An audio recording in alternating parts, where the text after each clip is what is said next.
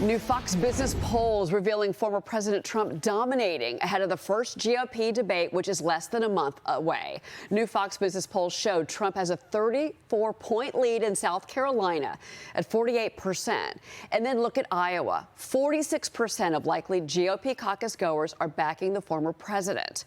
Trump and DeSantis voters in both South Carolina and Iowa chose the other candidate as their second choice. All right, let's peek. I'm going to start with you. What to you is the most important takeaway from these new Fox Business polls?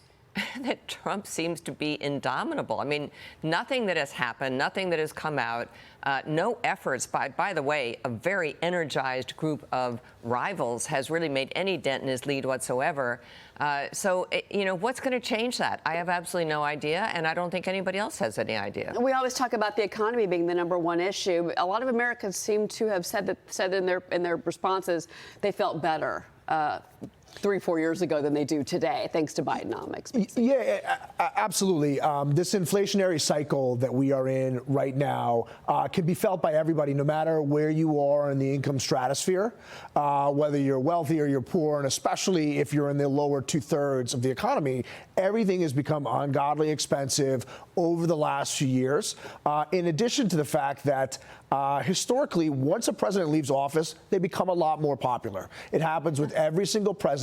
And now you have an apples-to-apples comparison. So while there was all this media hubbub and these constant 24/7 attacks on Trump, now that you see the alternative in office and you can compare that to Trump, a lot of people are saying, hey, I prefer what was, not what is right now. And I think once you're near that 50% point, no one's ever lost a presidential primary. Can I also say one other thing? I think people are angry. I think they're angry at the way Trump is being harassed legally, all these lawsuits that are being brought against him.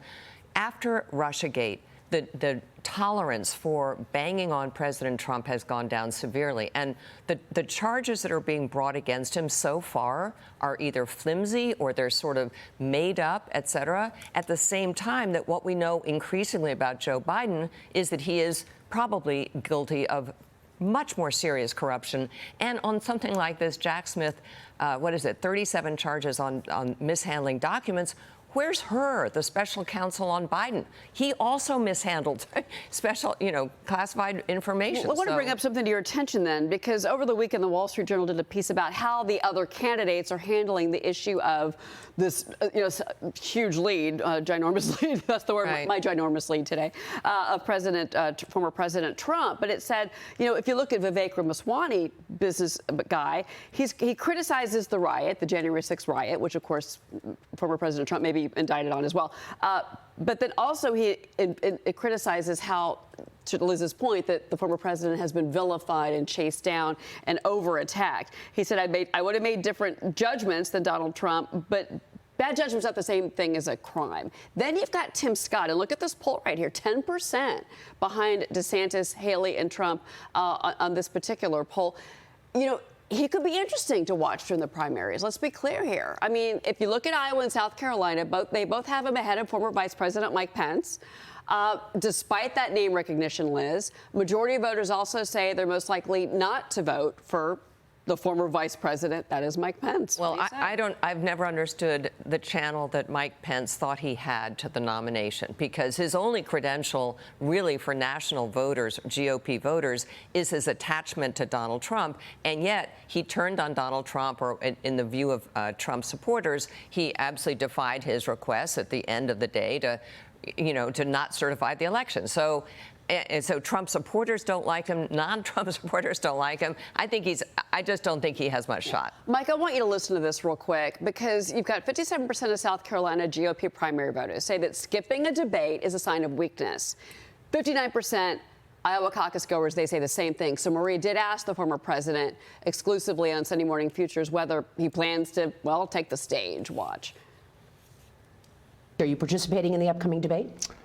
Well, it's quite an easy question normally. Ronald Reagan didn't do it, and a lot of other people didn't do it. When you have a big lead, you don't do it.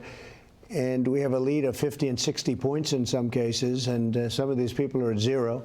Ron DeSantis, as I call him, or DeSanctimonious, is down to, he's in the teens now, and I'm at 50 and 60 and 65, and even I saw one today at 70. I mean, do you see any risk that if you don't show up, Ron DeSantis has a good night and it cuts into your lead? Or somebody else has a good night and cuts into his lead. Because that's what's happening. He's going down, and a couple of them are going up. I think Vivek has done a very good job, frankly. I think some others have done a good job. So I haven't really made up my mind. All right, Mike, what do you say? Yeah, well, look, you know, the conventional wisdom would be for Trump to not go because he's simply going to give air to a lot of other candidates that wouldn't otherwise get it.